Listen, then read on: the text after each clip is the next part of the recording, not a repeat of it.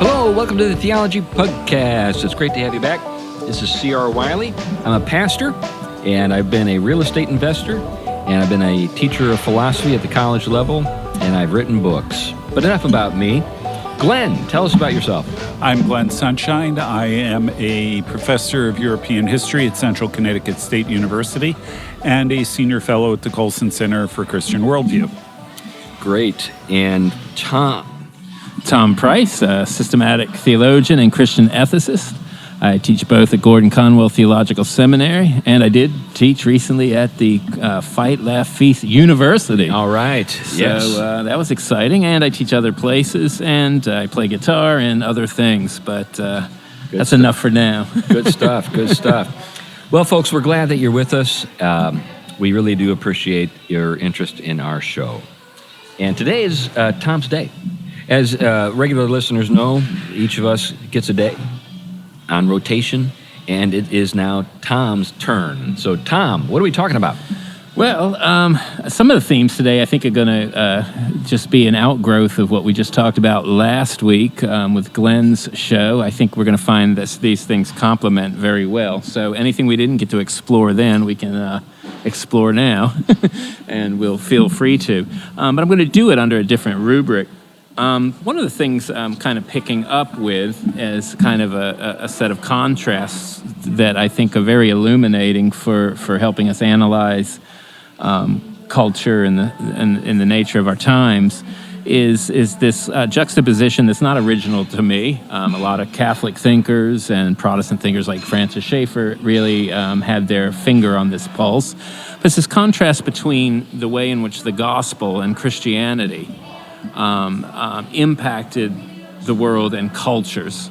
We talked a few weeks about the way in which Christianity both negated but also were able to take aspects of the non-Jewish world and reorient it towards its fullest meaning and significance in Christ, and illuminate those aspects of it that helped illuminate the truth of God and wean off cultures from those aspects that didn't. I mean, Christianity's impact on culture helped do that. I mean, we've talked about it in the way in which medicine and hospitals are conceived, the way in which charity is conceived, the dignity of the human, even though fallen, respected and made in the image of God, the way laws were conceived.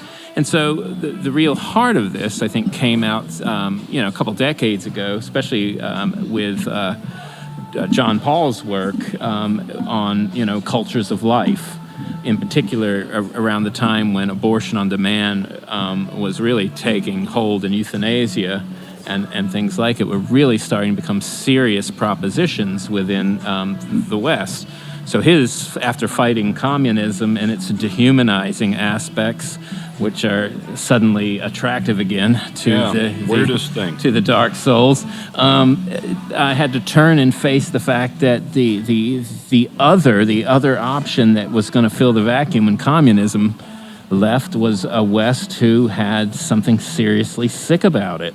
It had started to build a culture of death, not of life, not the one that Christianity had given it as a better alternative. And so I was kind of reading Benjamin Wiker's book again, The Architects of the Culture of Death, where he was kind of making a contrast between what Christianity brings to the world and brought to the world, and then the undermining of it that we've started to see, and the carving out of an alternative, all in the name of, in some ways, freeing humanity to pursue life. But the life that they're called to pursue is very grim, very dark. And so I guess by way into it, he begins his book with the earliest, one of the early Christian writings called The Teaching of the 12 or the Didache, right? It's one of the earliest non-New Testament documents that survived, as he puts it, and we find a stark choice given those who were going to be considered being Christians. It was an initiation manual for converts telling what Christian holiness demanded. And so there are basically two roads that are put, one of life and one of death. But there's a great difference between these two ways. Significantly, we find the following prohibitions among the admonitions. You shall not kill. You shouldn't commit adultery. Don't corrupt the youth, and they're talking especially sexually. You shall not commit fornication. You shall not steal. You shall not use magic. You shall not use contraceptive and abortifacients. Very big thing promoting life. You shall not slaughter a child in abortion, nor slay a begotten one. You shall not desire the goods of others, and there's this whole list that really marks the differences between Christianity and, in this case, the practices of Rome. Now, I remember visiting the catacombs for the first time, and one of the interesting things is the guy doing the tour, it turned out to be Italian evangelical. But one of the things he kept showing us as we were going underground, on the one hand, we see the first fruits of Christian art. I mean, this is some of the earliest Christian art that we have. It was kind of emotional and touching because they were Eucharist paintings and the like.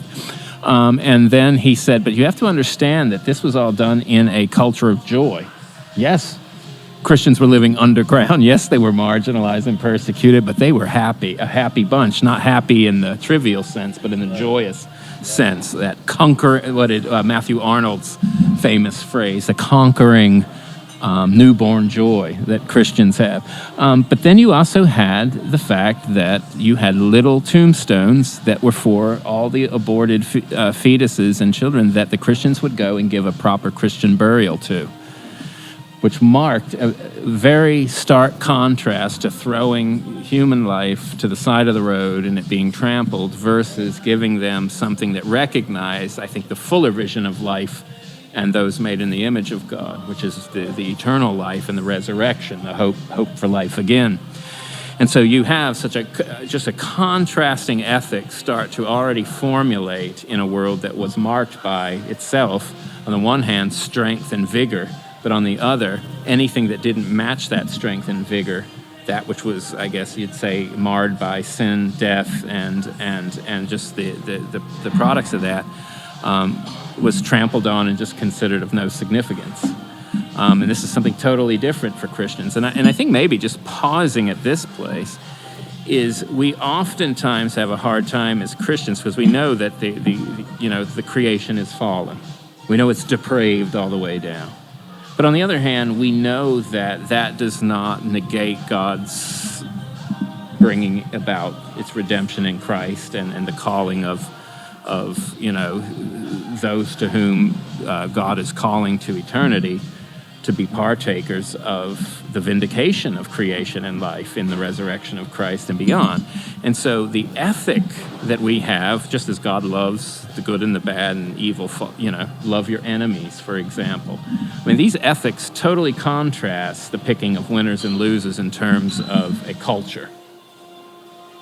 And so I think my question here is there was something that Christians could see by the world's power standards. The unborn are the weakest, and those that weren't wanted were ultimately rejected and just thrown by the roadside. And yet you have an ethic of a people and a culture developing that says, wait a minute, they haven't ceased to be significant in relationship to God's creation and redemption. And I think just throwing out there how that marks a different understanding than one that sort of just becomes indifferent to things is easy to happen, I think. Right. Mm-hmm. As we think about our time and what we're dealing with today in popular culture, we're at a point where there's been a sort of weird inversion. Yeah. I don't know if you're planning to go this direction, but there is when we think about, say, for example, critical race theory or intersectionality, with intersectionality, the more sort of marginal you are, the more moral authority you possess. So what we see at the moment is a kind of perversion of this original Christian vision. Yes.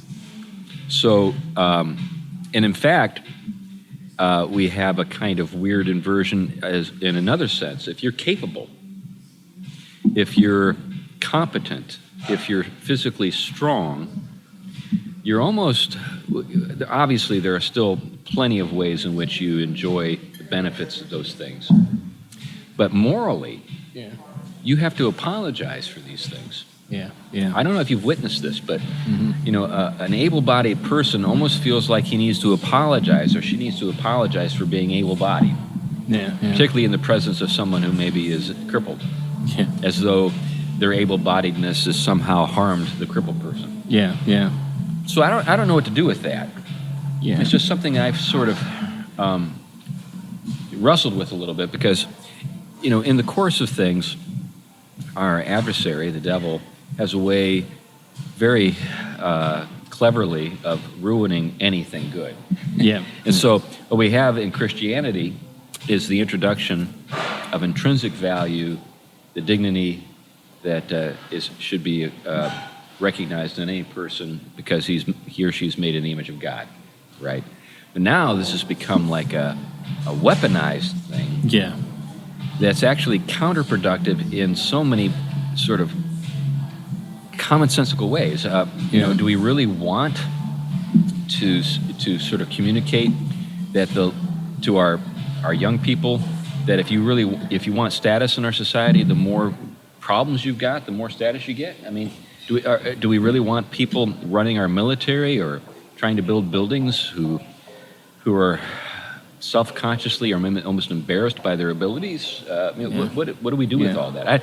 I know this is a complete out of left field kind of thing I'm throwing into this. Well, I don't think it is in this sense that, I think what we're talking about is a distortion of, and I think you're right to say there's a lot of stealing from Christianity in this vision, but there's this distorting of it. What Rome wouldn't have given, okay, they had their notions of justice and virtues and those kind of things, but ordered usually around strength and character and ability, and you could unpack that more. But violence was not, carried out the right way and in the right, could be a completely just, mean, instrument in much wider ways than it would be for Christians. But what you have in these cases, you have the sense that what is true even in the distorted sense about what is being said in these visions of woke, for example. Well, yes, it is true that the marginalized, and it doesn't matter which marginalized, but everyone has been made in the image of God, responsible to God, but also fallen, but also has the hope that the gospel be heard for it. But in that, what they've done is said because these marginalized have not had the same blessings, therefore, to make up for that, we need to kind of almost reverse the situation. So those that did thrive under the former hierarchy, if you will, it needs to be kind of ordered the other way, to where Apple has just come out with this new hiring program to which basically said, for example, white people need not apply. Right.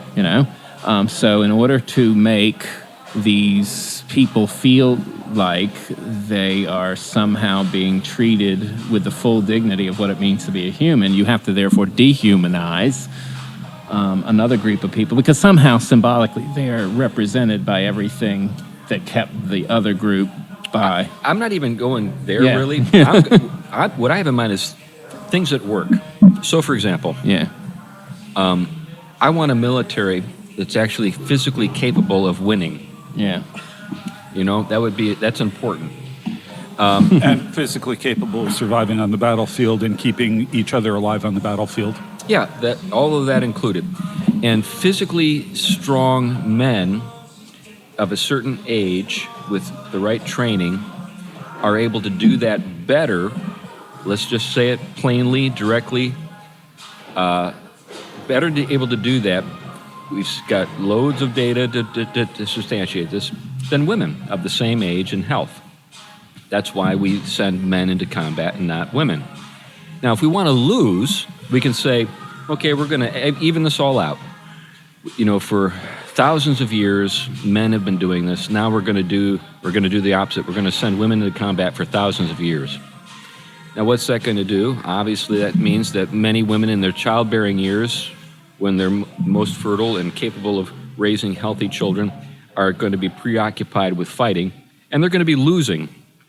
If we're talking about actual physical combat, on the field, not pushing buttons and guiding drones from some bunker in Arizona and sending bombs halfway across the world. If we're actually talking about actually occupying enemy territory and fighting hand to hand, well, we need a certain kind of guy. And that means that certain other kinds of men. So, for example, let's think about John Wayne. John Wayne did not go to war because physically he was not up to it, even though he played men in films who were. Someone who was up for it was Jimmy Stewart, and he fought, and he was, a bomber pilot, flew 25, missions over Nazi Germany, and he paid for it in terms of, the psychological impact that he felt because of that. But that's just one example. I'm using that as an example of, hopefully, and this is one of the things too about all this. So many people are out of touch with physical reality that even something as commonsensical as the statement I just made is lost on them, because they've never tried to climb a rope. They've never actually been beaten up in the playground. They've never actually done anything physical in their lives. They really believe everything that they see on some computer game that they play. They think that's reality. That's reality. So they're out of touch with history. They're out of touch with physical reality. They're living in this sort of fantasy world of equality, and they're not dealing with these just simple realities. I just want things to work. So let's say Apple does what follows through on what I think it's all a show. I think it's a bunch of BS. Yeah, I think they're going to be hiring people behind the scenes who can actually do the work. I think you're right. And I think my point is just that the way in which you have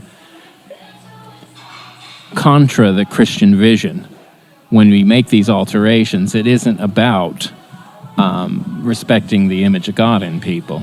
It's really about a way about reordering social hierarchies.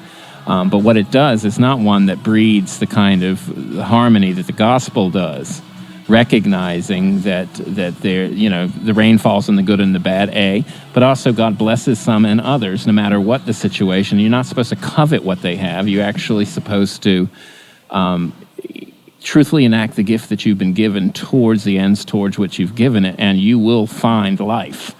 It doesn't matter who you are, what situation you're in. So I don't need to be jealous of your ability to draw, and therefore need to put you in a cellar so that I can kind of learn how to draw in some way, so that I can somehow feel better about myself in order for justice to be achieved. It's a perverse set of justice. It's zero sum, as Glenn has said. Someone else has to decrease in order someone else to flourish. But what's worth noting here is that when you actually take a look at what critical theory is saying, it rejects both the individual and the universal. Yeah. What it says is that you are a product of extending the term intersectionality a bit further than it's usually used for. You are the only thing that's significant about you is that you are the intersection of a whole bunch of other groups. Yeah. You are your race, you are your gender, you are your sexual orientation, you are your gender identity, you are your fill in all of these other things. And all you are is a representative of all of those groups, and where they all come together, that's you. You are not an individual, and there is no such thing as universal humanity. There's only this kind of group identity. Yeah. Yeah. And that is the antithesis of what the gospel is telling us. What the gospel tells us is that there is a universal humanity made in the image of God. That's it. Right. That's the definition. But there's also an individual response that you make to God. That's right. And all of these groups that exist within society disappear in Christ. Yeah. So in a lot of ways, what's going on with the whole woke thing is literally the inversion of the gospel. Yes. Yeah. Yeah.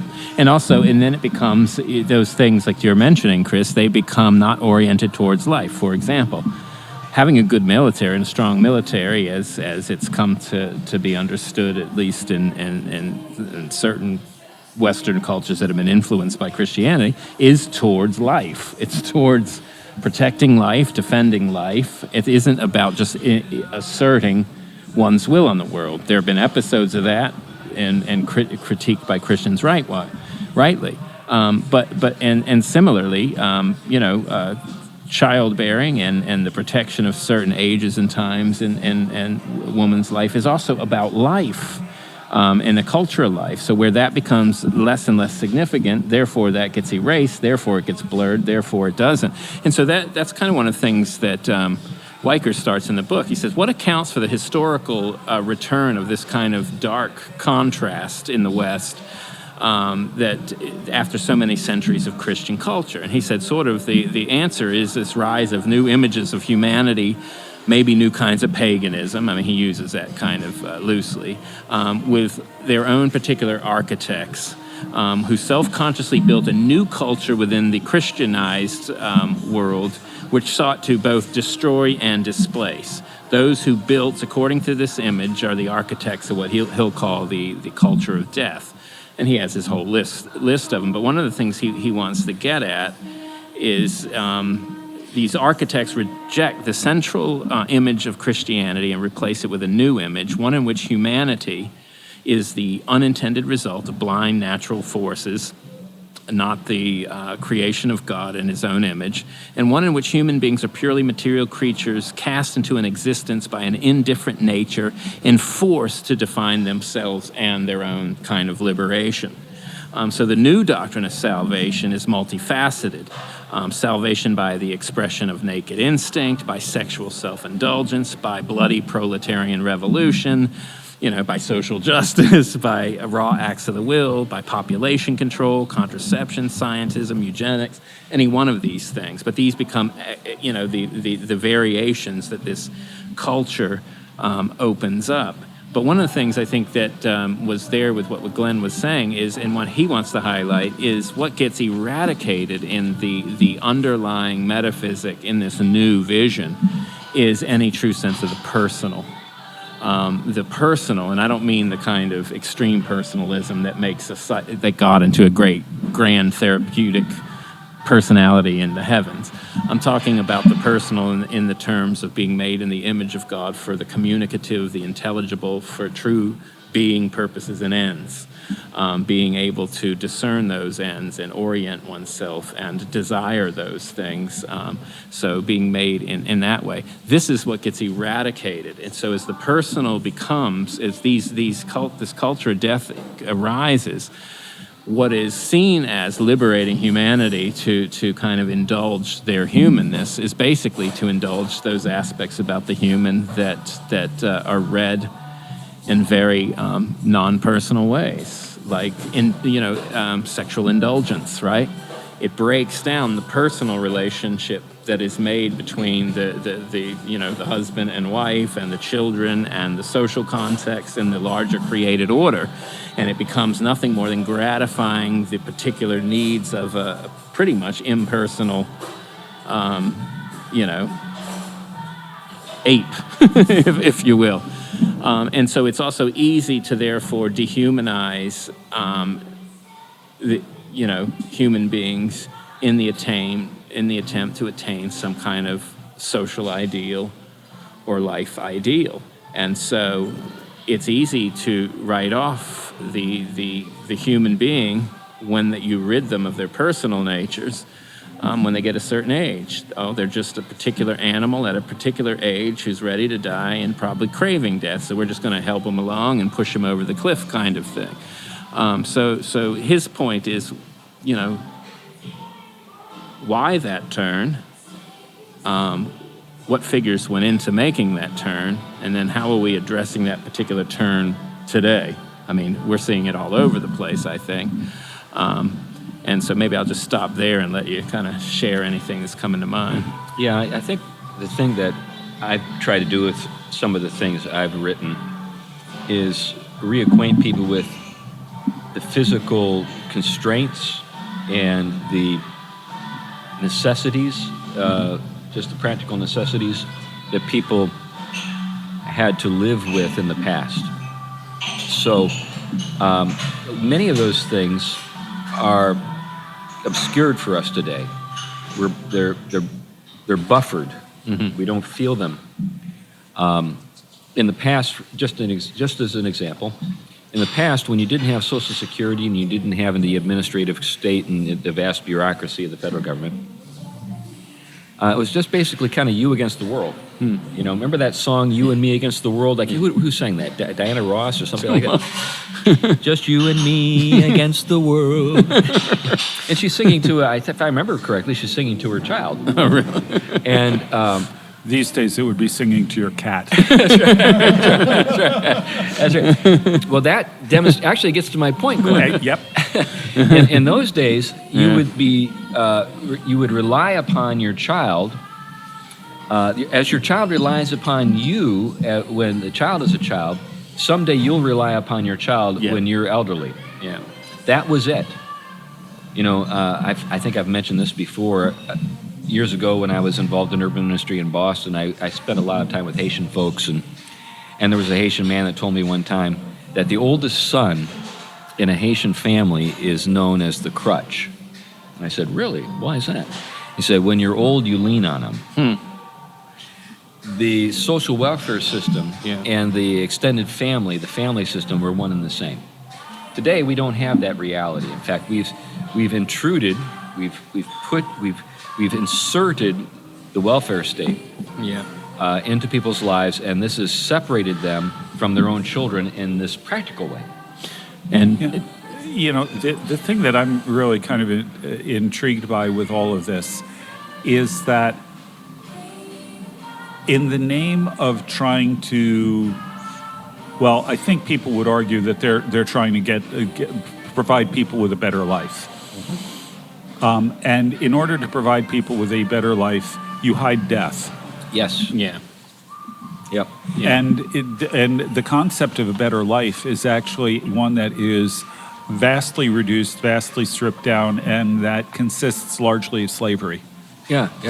Well, that's right. And I mean, one of the things Wiker had written an earlier book, I think years before, called Moral Darwinism. And his book was interesting because he was looking at Epicurus and the way in which, you know, the ancient philosopher was wanting to liberate the humanity from the gods, from the immortality of the soul, from any kind of transcendent reference point of meaning, and to bring it all down to earth, because in his sense, he felt like that was actually the only way to achieve really life. And he thought of it, even though it ended up becoming, if you start to follow it through to its logical conclusions, death. For him, at least, he thought he was liberating things unto life, a truly fully human, worldly, natural life. And so this is one of the interesting things, is you often find this motive. I mean, you see it with Comte, you see it with Feuerbach, you see it with Marx. The aim is some humanistic way of achieving some kind of utopia life, and so you need to get the suffocating culture sucking Christianity out of the way, if you will. And I think this is something, Chris, you brought up in the last show. And I said to remind me of it. I don't remember. By the way, Tom, I don't remember what you were saying, but I do know what I was going to reply.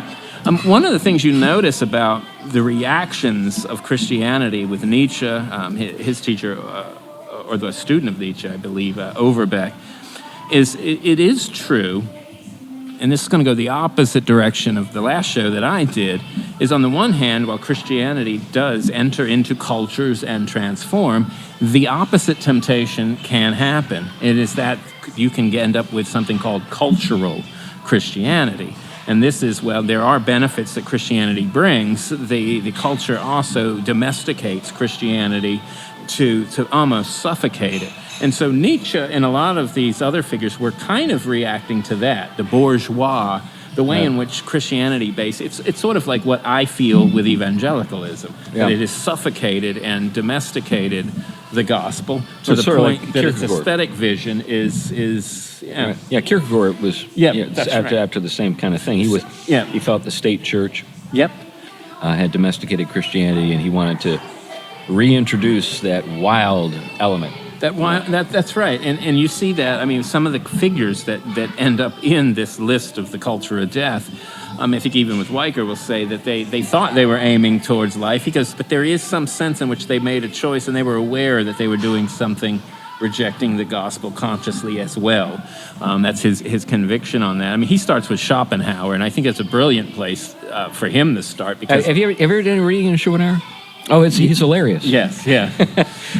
But one of the things that Schopenhauer, for those out there, who was a very influential on Wagner and Nietzsche. Oh, yeah. But he wrote, what was his famous philosophy work? The will is representation, or something like that.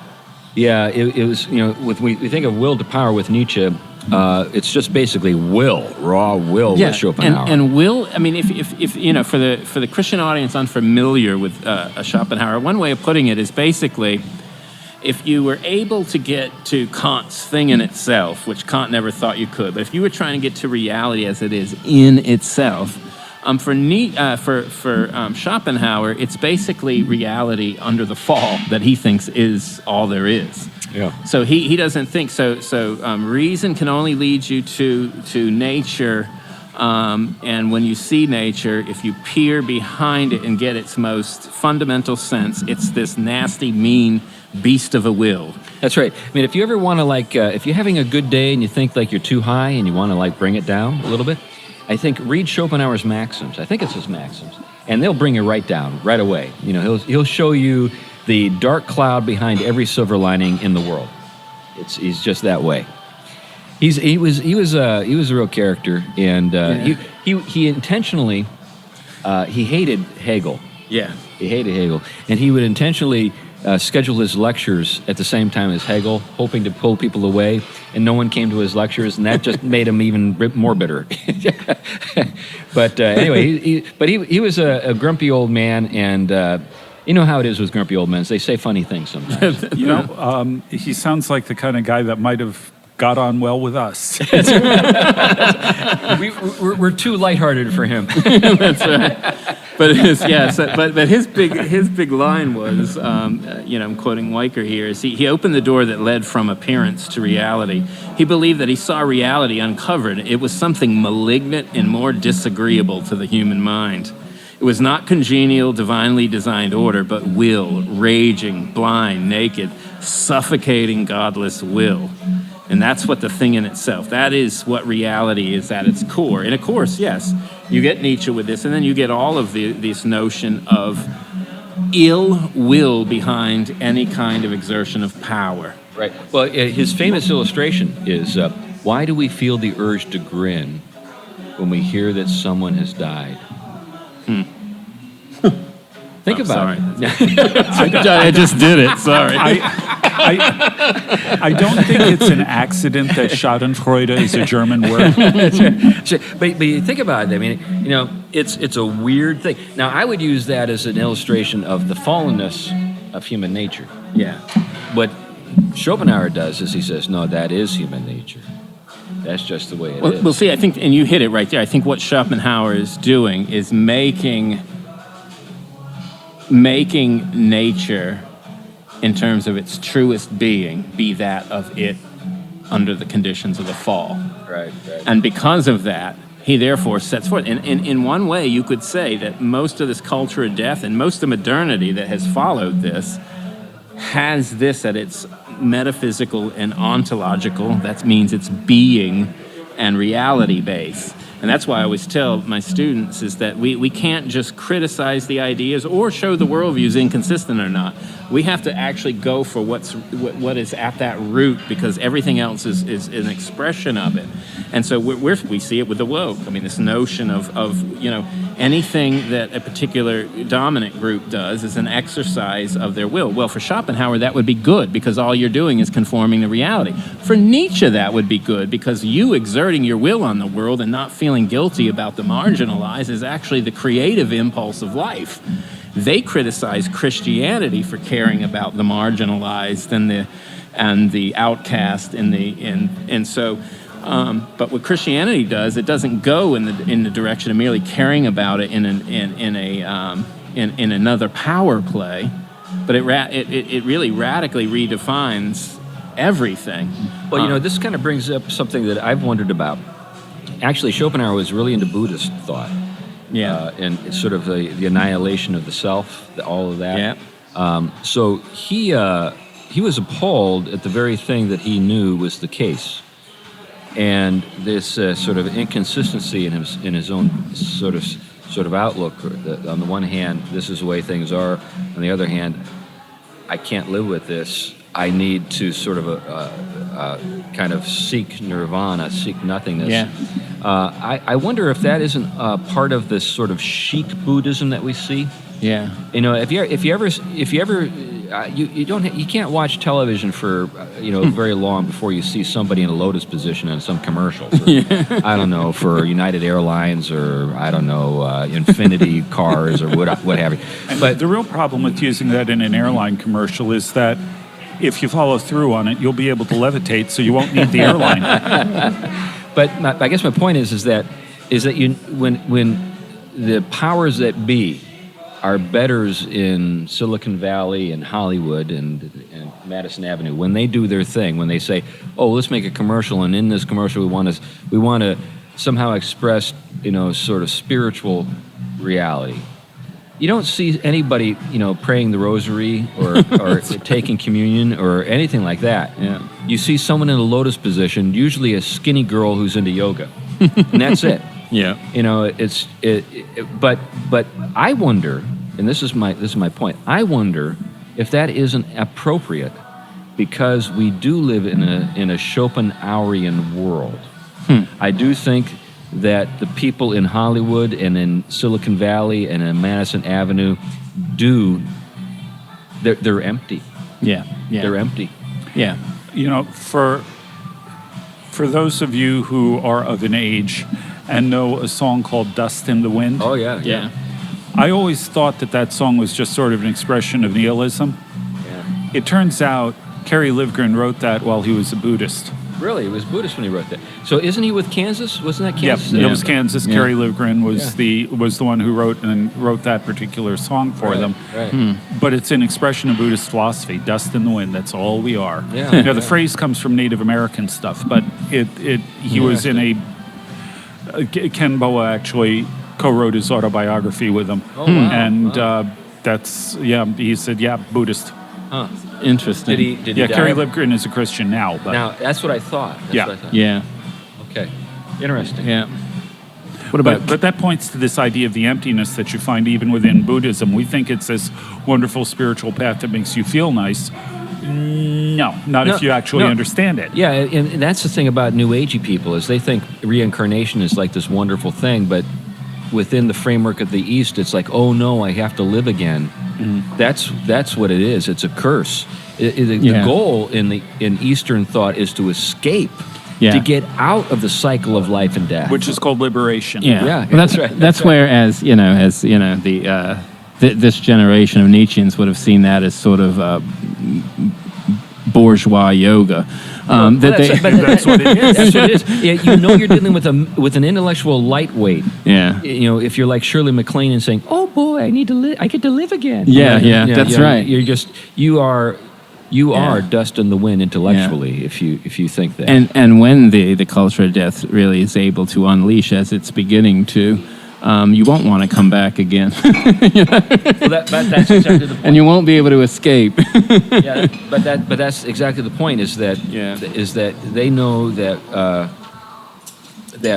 without God, desire is ultimately frustrated, Yeah. and so desire is never satisfied by the infinite object. Yeah. So because of that, desire is the thing that you need to be delivered from. Yep. Yeah. Yeah. And so, before that, because Glenn was talking Kansas, what about "Carry On My Wayward Son"? Interesting thing, when you listen to the album, which was called "The Point of No Return," "No" is KNOW. Yeah. It's got "Dust in the Wind," but it ends with "Carry On My Wayward Son," because I think he knew that there had to be an answer. Yeah, And he yeah. didn't know what it was at that point, Yeah. but he thought there had to be an answer. Yeah. Interesting. What a great song of Quest. That whole album really is. Yeah, yeah. Really. It's Still playing it. yeah, Still playing it. Yeah, yeah. On the oldest station, anyway. That's right. So one of the things Wiker says, Schopenhauer is one of the first to understand the full implications of atheism as if it were springing an evil genie from a bottle, unleash the notion and nature of a blind will into the modern world, where it continues to play a significant role in philosophy, though in a variety of incarnations. For Nietzsche, who read Schopenhauer avidly, it became the will to power. For Freud, it lodges in the instinctive power of the libido. William Reich locates it at the irrational core of sexual desire. Sartre finds it in everywhere and experiences it in the form of nausea. Simone de Beauvoir is sickened by the way it suffocated women biologically and makes them its easy prey. Elizabeth Badinter seeks to escape from its oppressiveness by escaping into an absolutized ego. Schopenhauer is the father of a legacy of modern philosophy known as vitalistic irrationality. It's a legacy, Manichaean in its essence, that reacts with horror to the presence of nature, the irrational tool of a merciless will. So I thought that was worth kind of unpacking, because we've noticed this kind of war on nature now, and maybe that gives an insight into why bios and logos and natura, if you will, are in this conflict and war. I wonder if the way back is not through ecology. Now, I know that the Earth Firsters and some of the Gaia people kind of freak us out, but who is it? Paul Northfield, the English novelist. I have to look this up just to make sure I get the name right. But he went on an intellectual journey and is now a Christian, but he had been an atheist. He had been kind of an Earth Firster, ecologist, an activist, kind of a Greenpeace sort of guy on steroids. And but he recognized that what he was engaged in or involved with was a losing concern, and it drove him to think more deeply about metaphysics and about the nature of reality. He wanted to know why nature had such a hold on him, and he wasn't able to explain it just based on I like what I like. Yeah. He had to go deeper than that, and he couldn't explain it just on utilitarian terms, like if nature isn't there for us, we're going to die. Yeah. So he said, well, that's not what I'm about. I mean, I'm after something deeper than that. There's something I'm looking for that. So it took him into Buddhism. Yeah. He came out of Buddhism. Yeah. And now he's a Christian and really kind of a paleoconservative. He's kind of gone. He's swallowed the Christianity pill in full. Yeah. Well, it's interesting because Wiker wrote the book I'm just talking about, and he's written some others. And he's a Catholic, but his most recent book is In Defense of Nature. Yeah. Catholic Unity, the Environmental, Economic, and Moral Ecology. And it's interesting that there is a turn there. I think they see that was really where that shift took place for us, and that's maybe the place of reflection on the way back. A lot of people tried the aesthetic. I mean, that was their way into it, but I think you see them trying to emphasize the aesthetic with the natural. I mean, isn't that what Hanby and some of these other thinkers are trying to do? What is the other guy's? Schindler? Is that his? Right. Yeah. And I think they're on to something there, but I do think you're right. I think that this return to a metaphysics of creation and a theology of nature are fundamental to reasserting the full Christian vision that will address these kind of underlying assumptions that most of these alternatives are working with. And I think they need to be. I mean, look at the list of people here. Let's say that you don't agree with all of what Wiker's interpreting. You still have to agree with something close to it, right? These people have not embraced the spiritual, theological, and metaphysical vision of Christianity. They've obviously grabbed hold of something else. They've grabbed hold of something else that needs to position itself over against Christianity. and the options are very limited. And so they're going to fall into whatever those limited options, and they all start to look the same once you keep pushing them to a certain point. And I think that's what Wiker is on to. You keep pushing it, and you get this basically this unpleasant will that is at the heart of all being and nature. And so we, in some sense, either are going to go along with it, and we're going to become Ubermensch, or we're going to fight it in resistance. But we're not resisting it for Christian reasons. We're doing it for reasons in order to have some kind of sense of ourselves and identity over against it, and therefore we're in endless conflict with it. And so they don't have a way to both negate the sin and hold on to the goodness. That's what's missing there. So therefore, they're either going to negate everything or embrace everything as is. Yeah, I think that's really kind of the critical point, isn't it? That if all you are, and this goes back to some of the things we talked about last time, if you reject anything beyond this world, all you're left with is obviously what's here. And then if you have an optimistic or a positive view of it, you end up as a positivist or something along those lines. But if you see the dark side of this world, and if that's what you find most dominant about the world, you're Schopenhauer or any of the people who follow him. It really comes down to the acceptance of the idea that this world is all that there is. Yeah. And along with that, sort of the deist idea, whatever is right. This is the way it is. This is the way it's supposed to be. You got to deal with it. Yeah. So what's missing is simultaneously a Christian doctrine of creation and a Christian doctrine of the fall. Yeah. And those are the antithesis, or the antidote. That's the word I'm looking for. Yeah. They're the antidote to this kind of thinking, it seems to me. And then redemption read that way rather than as a sort of way of addressing the kind of ill will behind all things. Because in that case, redemption gets read as literally a way of being pulled up and out of all of those things that limit and determine us of the creaturely, and it becomes almost a war against them, and sort of the only way to have something about us ends up becoming, strangely, in the materialist context, Gnostic. Yeah. Now, one thing, I really want to go back to Schopenhauer for a moment. One thing that I'm sort of missing here is, and I don't know him, I've never read him. Yeah. So his idea of the will. Yeah. What is willing? What is performing this act of willing something?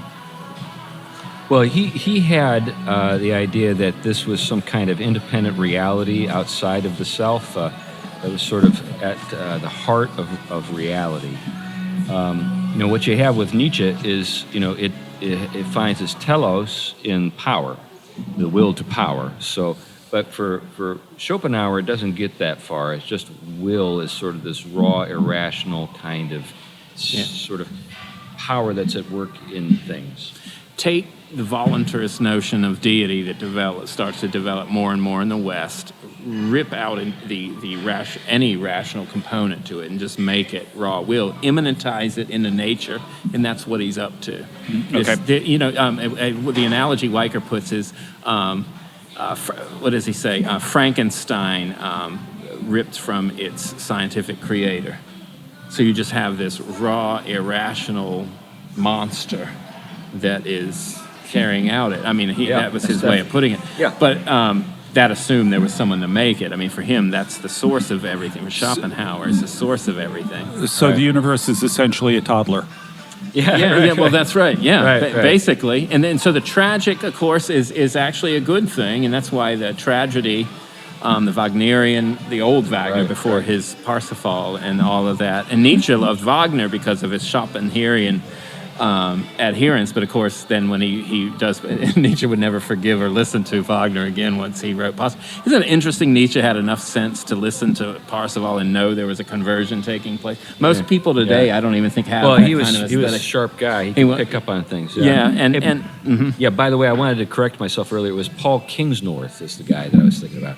The guy that was the author, the writer, who was a ecologist who became a Christian, Kingsnorth. So if you're out there looking searching for books by this guy I referred to as Kingsnorth, Paul Kingsnorth. Anyway, sorry to interrupt. I just wanted to make sure I got that right.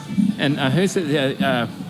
Brian McGee was a famous English philosopher. He had that long series, a little bit of a goofy guy from my perspective.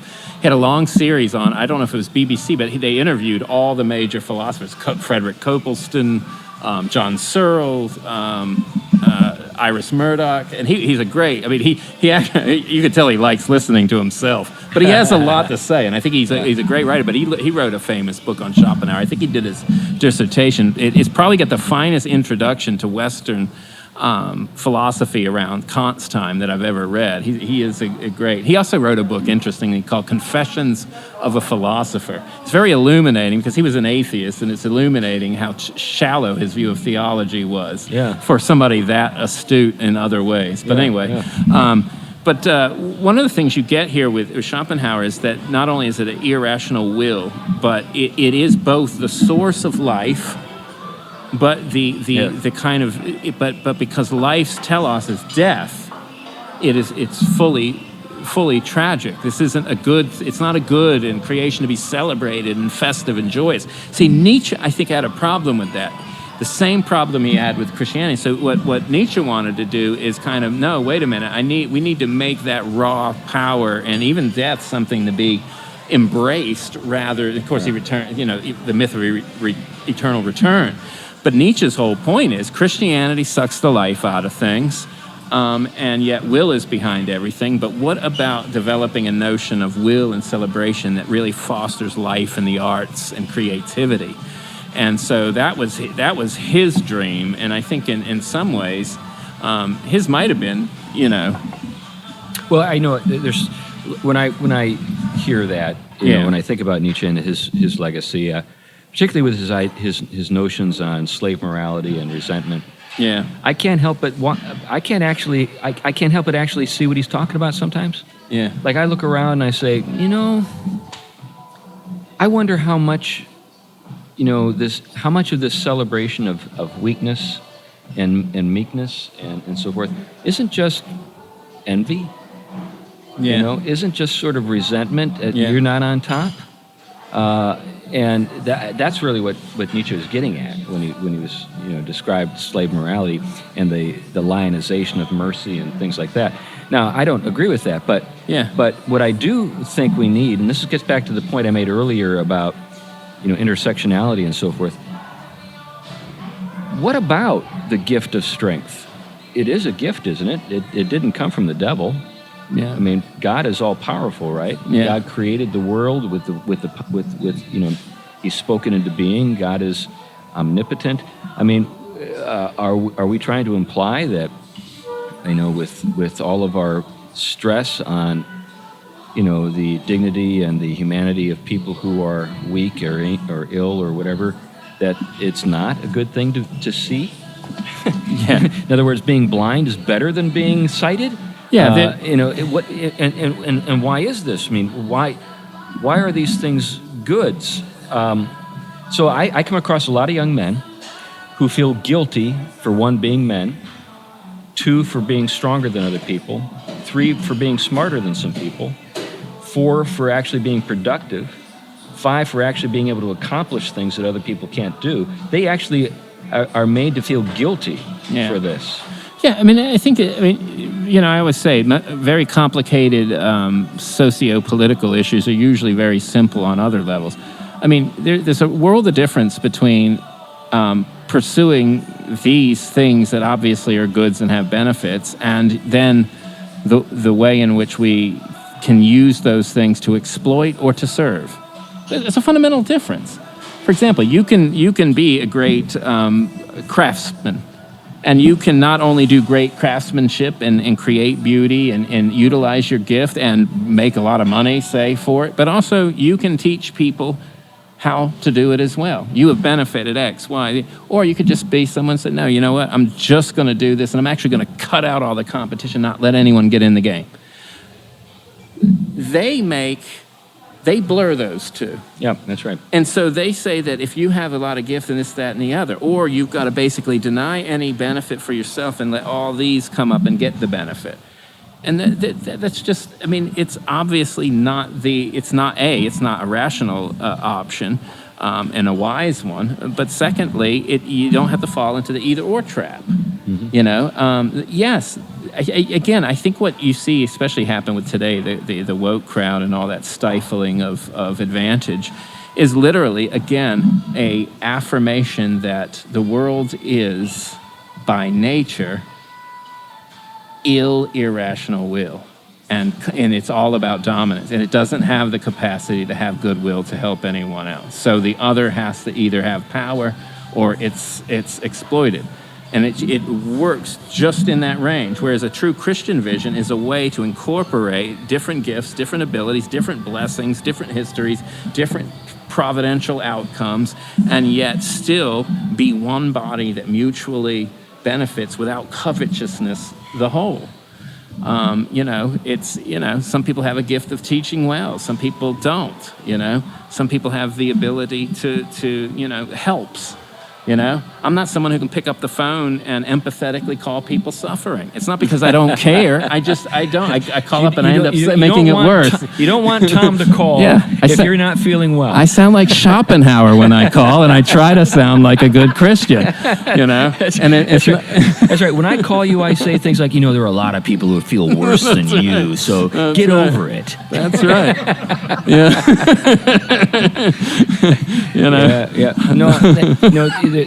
When we think about the range of gifts and sort of the non-compete sort of dimension of those things, I think that, like when I think about my wife genuinely has the gift of helps. Yeah. So she bugs me every day to make a sandwich for me. Think about that. My wife obviously doesn't have the gift. No, my wife will ask me. Does she listen to these shows? I'm in trouble now. My wife will ask me at like 11 o'clock, "What do you want for lunch? Are you ready for lunch?" I'm like, "Well, not yet." But she also has a marvelous gift of teaching piano to small children. Yeah. So she's got a list of people who want. Now you think about that's the sweet spot of teaching piano. Because the worst place to be when you're a piano teacher is like a person who just only wants very highly talented people who've already been taught for years and years. That's like you're begging for students if you're that sort of person. Yeah. You've got no patience. But everybody wants their kid to try piano. So if you're the sort of person who actually enjoys teaching the same thing, basic stuff over and over again to little kids in kindergarten and first grade, it's a gold mine. She's got a list of people who want her to teach their kids because she's got those gifts. Yeah. But there are other things that she can't do, and there are things that I can do that and there are other things I can't do. I mean, this whole thing. That's how complement but you both benefit from each other's gifts. I mean, it's similar. My wife's a therapist, and she is able to talk to people and be empathetic. Ways into where I sound like Schopenhauer. Matter of fact, she has the gift of like letting me know when I shouldn't say something. Why don't you leave? It's interesting, but that's right. This is the point at which you can shut up. Yeah, but isn't there something for you to do in that other room? Yeah, that's right. Can you get me this right now? I've got a friend who says frequently, never miss an opportunity not to say anything. That's right. I've never regretted keeping my mouth shut. That's true. And it's interesting, and this is a little aside, but it's something like Chris was talking about, especially in relation to his wife, is a lot of times people wrongly think that okay, there's no outcome in all that. Okay, these, the little kid's going to learn, they're not going to be interested. It's simply not true. We had a kid growing up, he had a neighbor family. His dad worked on cars, was a welder, very talented, restored old cars, loved cars, but hated fishing. I hated fishing, no fishing. Well, my dad didn't work on cars, heating, air conditioning, he's in the military, but he loved to fish. His dad taught him to fish, that's how they spent their time together. So when we were kind of teenagers, my dad would take us out on a boat. Well, anyway, this kid was a bit younger than us, 5 years younger. So we'd take him fishing. He always wanted to learn fishing. And the whole time, all we're doing is getting his pole unstuck. And it was torture for the rest of us. He couldn't throw a line. Hopeless. Well, anyway, turns out years later, he's one of the leading fish guides on the James River in Virginia. And he catches citation after citation. So it's strange when championship fisherman. You end up investing in ways in people that you don't. You take what gifts and likes and desires you have, and you are producing someone who doesn't come from the background, doesn't have the privilege of a fishing family, but a family who someone had enough gift to teach him the basics ends up becoming something that he flourishes with. Yeah, and we don't make that guy feel guilty. That's right. For succeeding. That's right. You celebrate it. We celebrate it. We're glad for him. We praise him. This is what the woke crowd apparently, at least as far as I can see, don't know how to talk about. Anyway, we should probably start wrapping things up here. We're getting to that time. Anything you want to say, Glenn, as we wrap up? No, I think I'm done. Anything else there, Tom? There's lots to go with in future times, but I think the contrast between a culture of life and flourishing and complement versus conflict, zero-sum game, and ultimately the suffocation of life are choices we are facing now as ever, and we should be willing to go with what gives true life, and be willing to engage the life-suffocating vision of alternatives. Yeah, and as I wrap up, as I think about it, I think one of these days I'm going to bring Schopenhauer's Maxims just to have some fun, because would be good. He was a witty guy, was a really sort of curmudgeonly guy, and was a guy that even though you say, you know what, it must have been miserable to be that guy, he's the sort of guy you can laugh at. Doesn't he have a counter logic book? Doesn't he have one where he basically has a book that negates all logical fallacies? I don't know. I think he does. I'll see if I can find it. I think one. I have it, actually. Yeah, I'll have to okay. see. But because the world is basically irrational, so he creates a whole list of irrational rationalities. Okay, well, I'll have to look that up. They're all around. I was introduced to Schopenhauer about the same time I was introduced to Montaigne and La Rochefoucauld and Gracian and all those guys. Anyway, fun stuff. Well, we're glad that you listened yet again all the way to the end of the Theology Pugcast. And we're glad to have you as one of our listeners, and we hope you'll listen again. Thanks a lot. Bye-bye. Bye now.